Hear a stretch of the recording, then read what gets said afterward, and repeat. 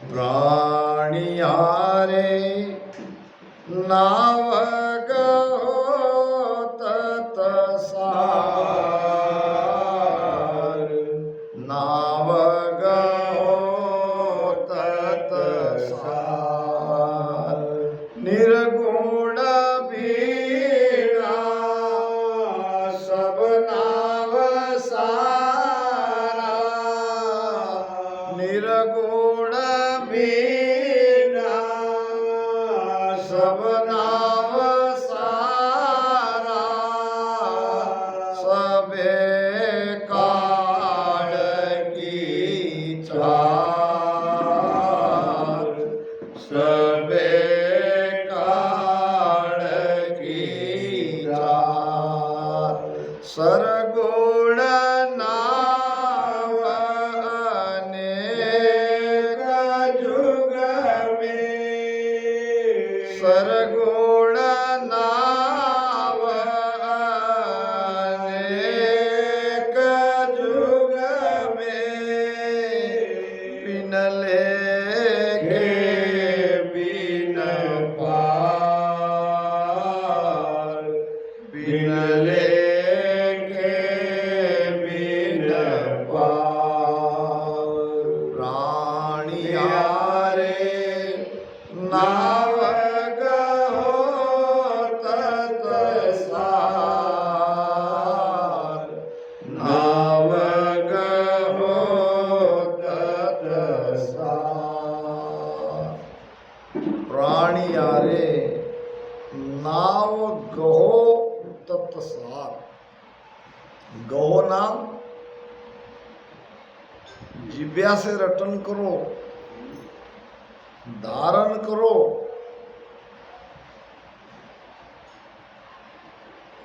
ये राम नाम सार नाम है राम नाम सार नाम है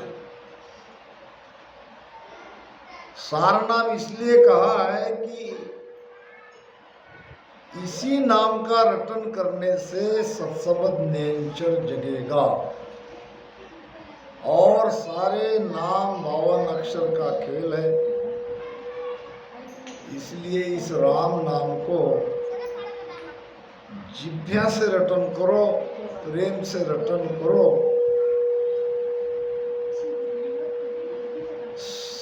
निर्गुण बिना सब नाव सारा, ये राम नाम रटन करने से जो सत्सबद नेंचर कुदरत कला प्रगटती है वो निर्गुण नाम है।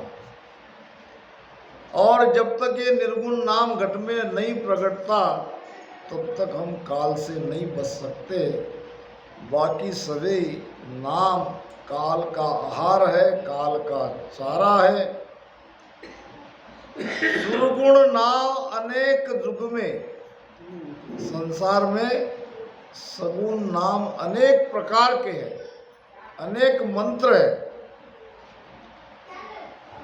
बिन लेके बिन पार, ऐसे अनेक नाम का कोई वार पार नहीं।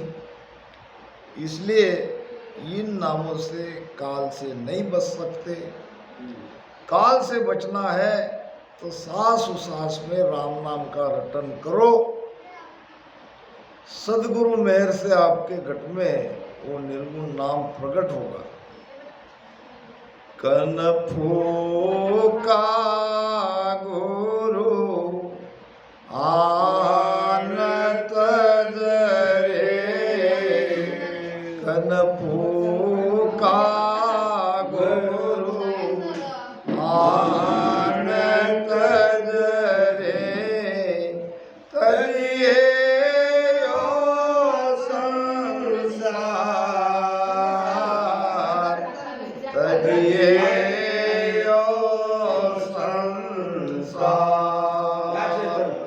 वाय शब्द बक बाद तजिए, वाय शब्द बक बाद तजिए, सतगुरु ज्ञान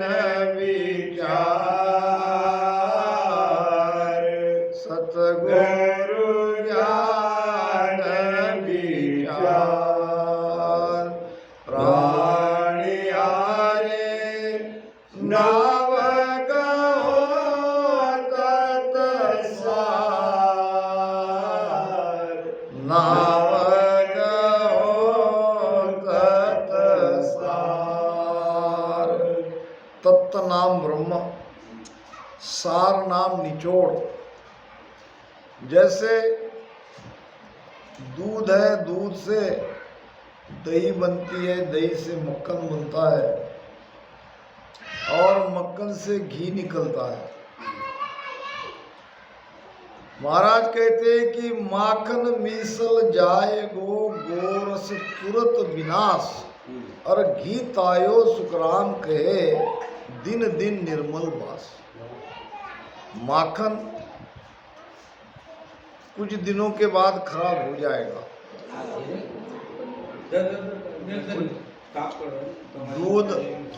दूध भी खराब होता है, और गोरस कहते हैं मट्ठा को, जामुन को, उसका भी अंततः नाश है। मगर घी का जो सार तत्व है, दूध का जो सार तत्व है घी, उसका नाश नहीं होता। इसलिए जो सांसों सांस में राम नाम रटन करेगा प्रेम से, और जब वो निज नाम की प्राप्ति होगी, वो निज नाम प्रगटेगा घट में, वही सार नाम है, और उसको धारण करो, ये महाराज कह रहे हैं। अब सार नाम तो कहीं मिलता नहीं, सार नाम आता है सदगुरु के माध्यम से। साचा सदगुरु जब मिले, शब्द बतावे भेद, सुखराम नाम जब प्रगटे, चढ़े कमल खट छेद। गुरु साचा चाहिए, गुरु के अंदर नियंचर चाहिए। गुरु की ध्यान की यात्रा नियंचर के साथ होनी चाहिए। ऐसे सदगुरु के शरण में जाने से ही उनकी मेहर से वो शब्द घट में प्रगटता है। इसलिए कान फूकने वाले गुरु का पीछा छोड़ दो। काना माई कुर, अब तुम चेला मैं गुर, टका पैसा धर, डूब चाहे मर। कान में मंत्र दे देते हैं, चले जाते हैं, साल में एक आध बार दर्शन होता है।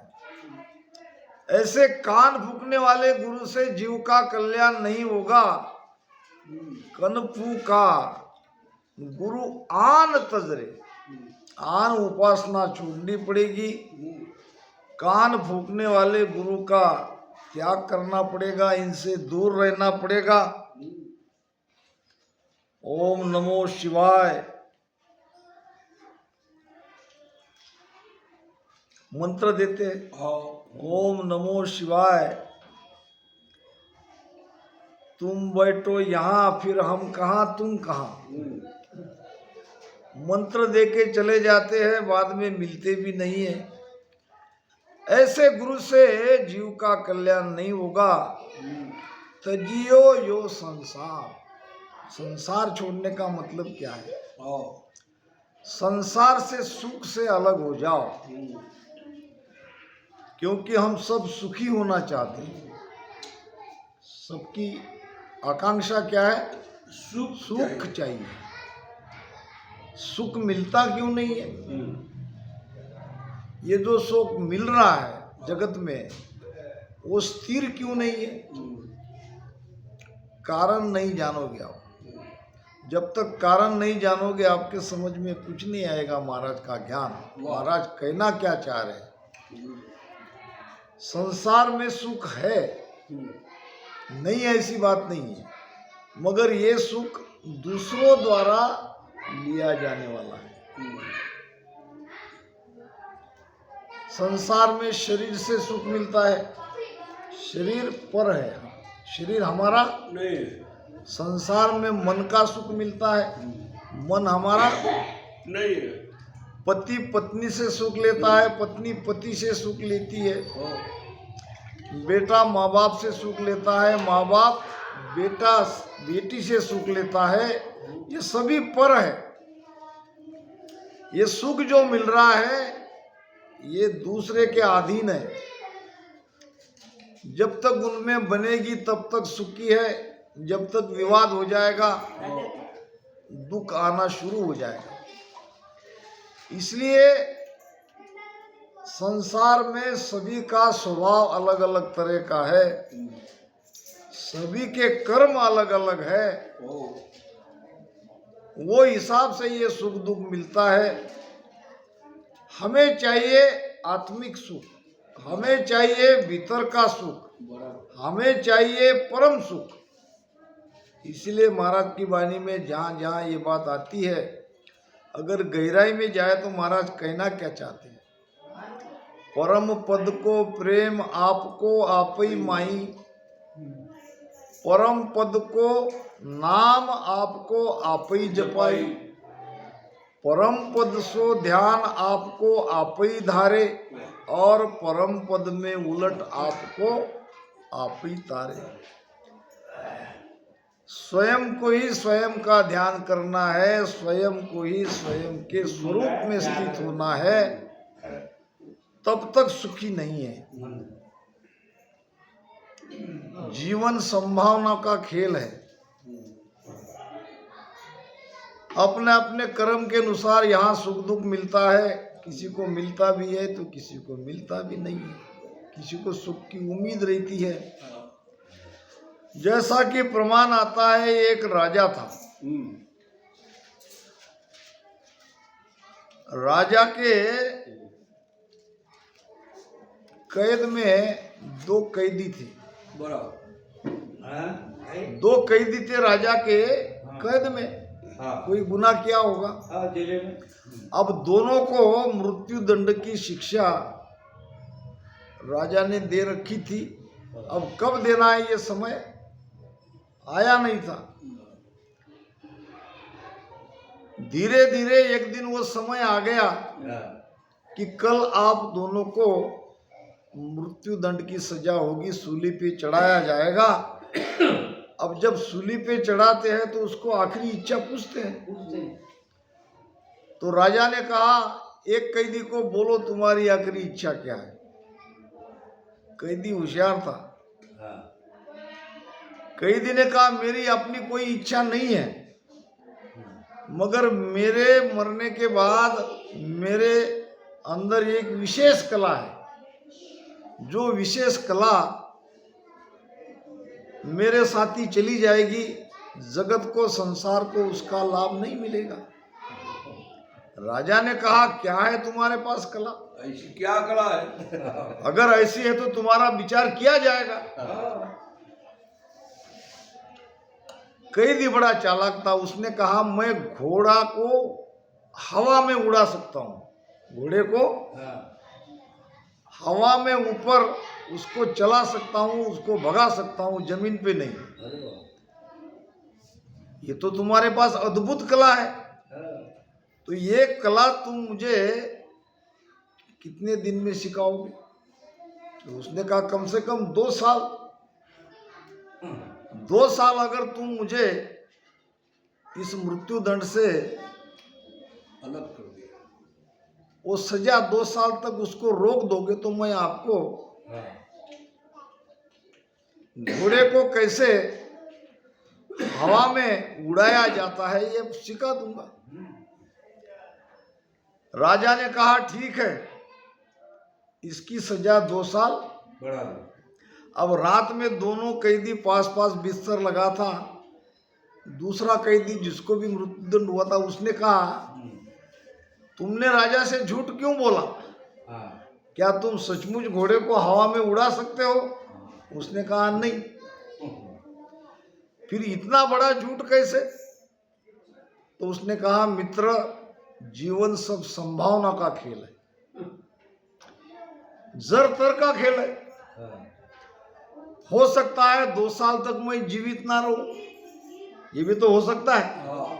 हो सकता है 2 साल तक राजा भी जीवित न रहे, ये भी तो हो सकता है। सजा देने वाला ही जीवित नहीं रहा। या हो सकता है जिस घोड़े को, राजा को घोड़े को ही तो सिखाना है, राजा को घोड़े पे बैठ के घोड़ा मर जाए, घोड़ा भी तो मर सकता है। या हो सकता है मैं सचमुच घोड़े को 2 साल में उड़ना सिखा दूंगा, ये भी तो संभावना है।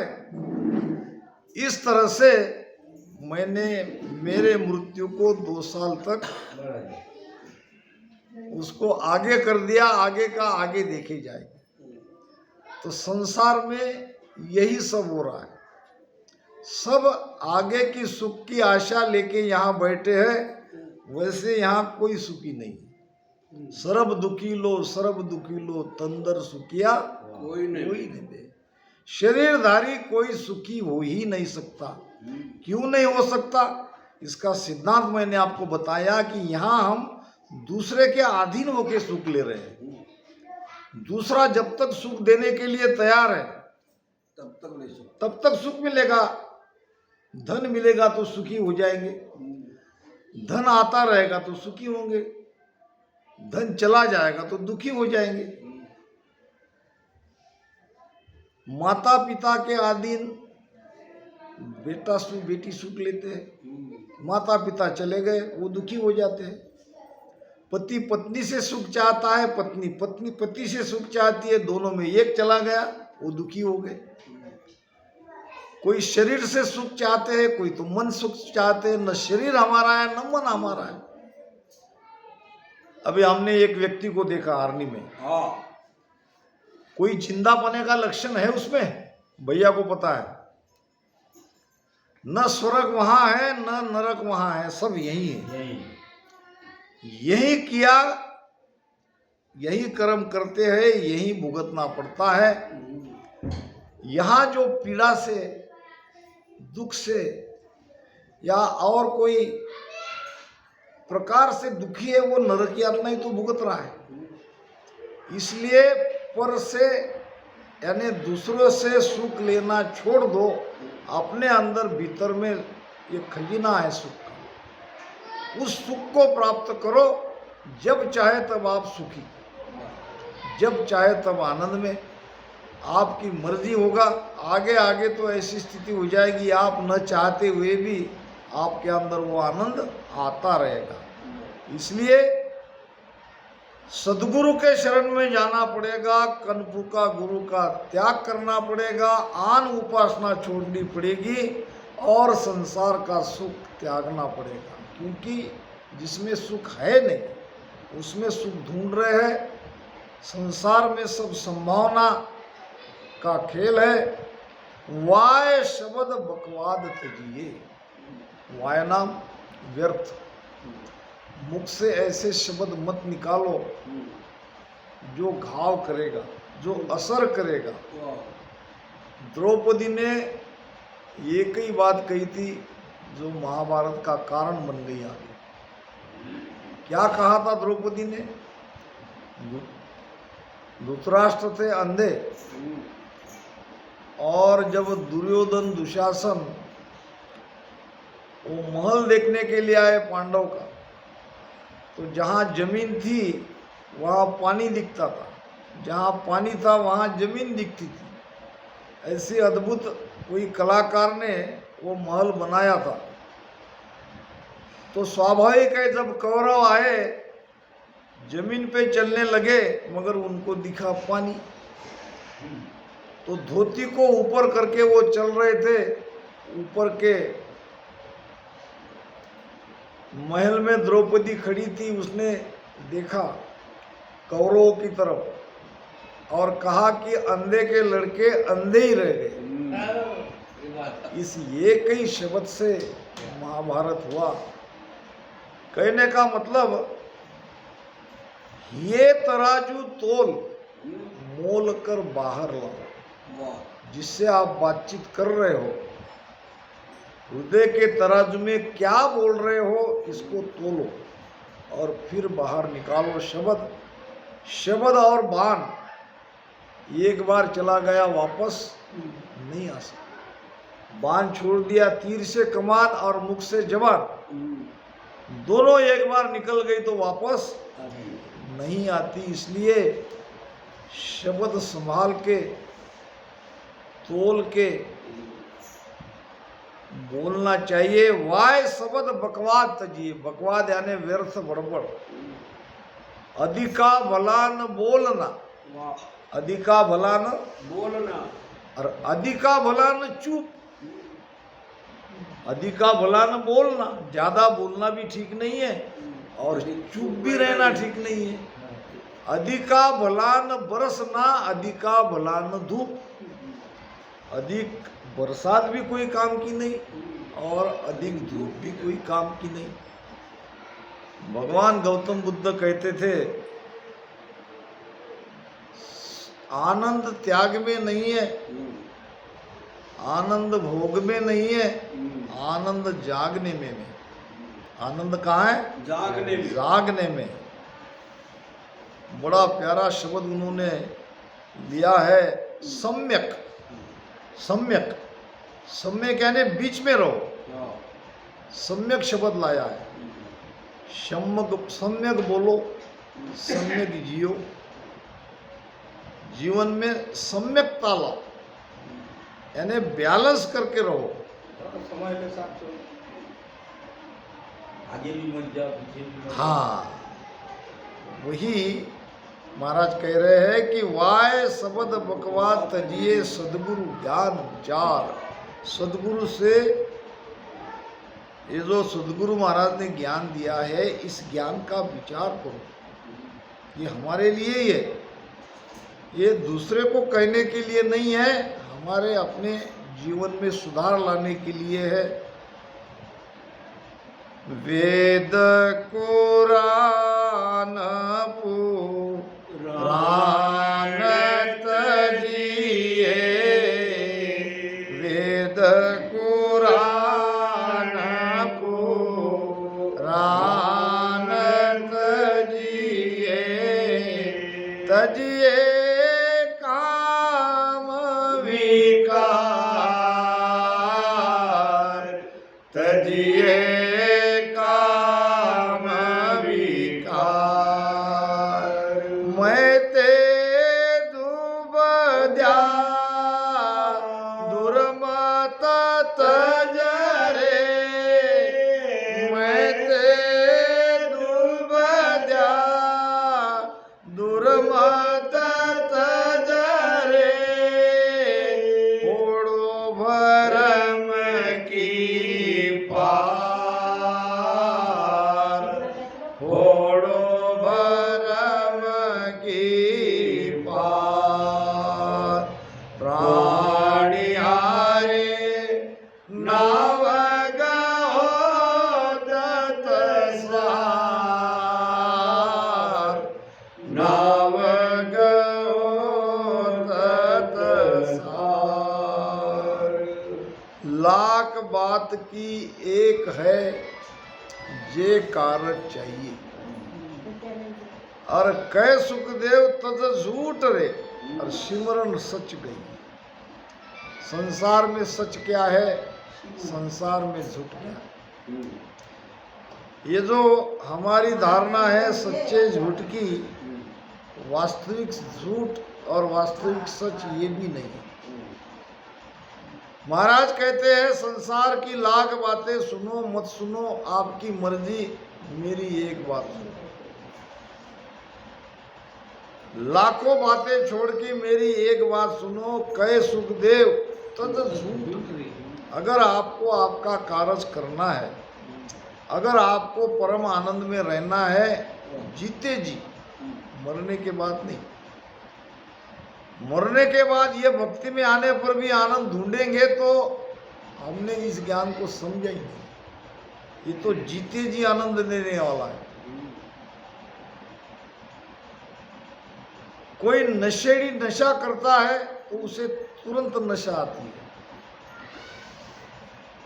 ये कोई भक्ति का नशा मामूली नशा कोई है, तो उससे कई गुना ज्यादा नशा है। नानक साहब कहते हैं,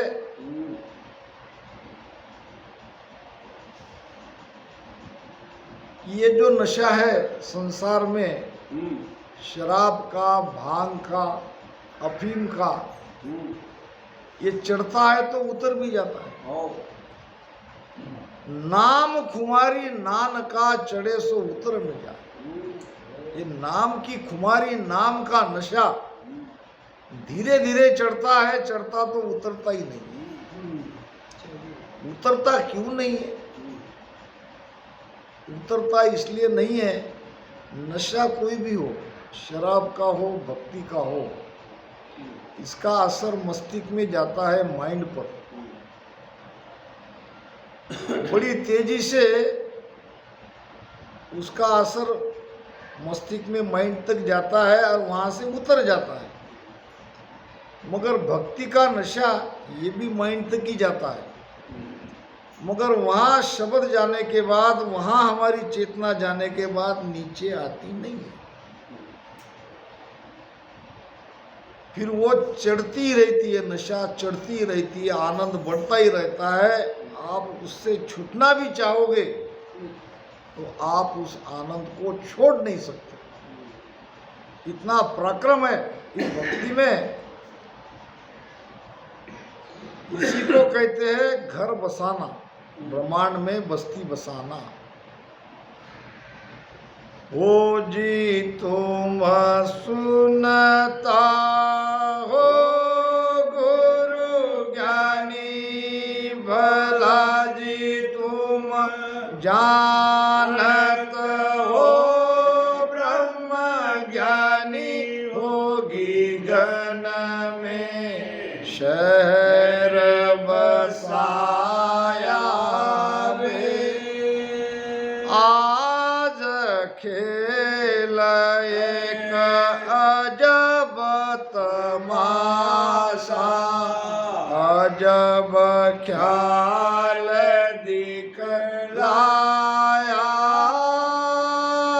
राम, आज खेल एक अजब तमाशा, अजब ख्याल दिखलाया।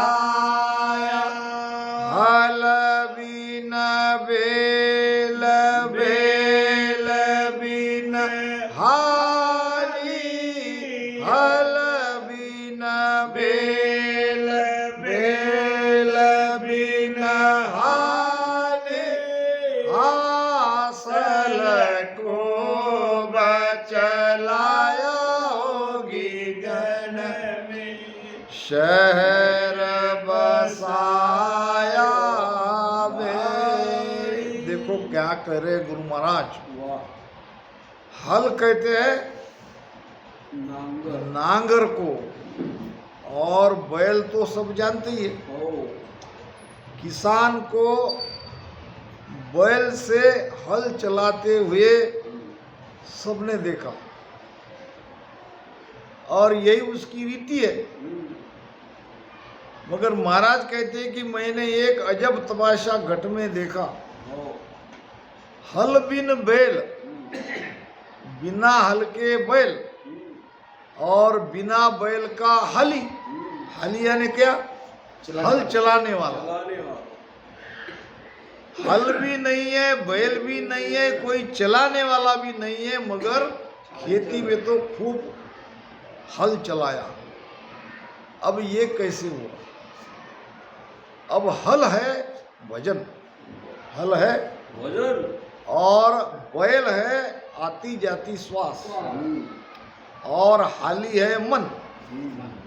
मन को बिना आती जाती श्वास में लगाए अपने आप भजन होना, इसको कहते हैं हल बिन बैल, बैल बिन हाली, और हासल खूब चलाया। यानी खेत तो पूरा उसको हल चला लिया, हल जोत लिया, मगर यहाँ कोई दिख नहीं रहा है। इसको कहते हैं बिना कुछ किए होने वाला भजन। अभी आपको करना पड़ रहा है, मन लगाना पड़ रहा है, सांसों सांस में रटन करना पड़ रहा है, मगर एक स्थिति ऐसी आएगी कि आपको बिना कुछ किए जहाँ बैठे हो वहीं आपका अखंड भजन होने लगेगा। तब आपकी बस्ती होगी ब्रह्मांड में।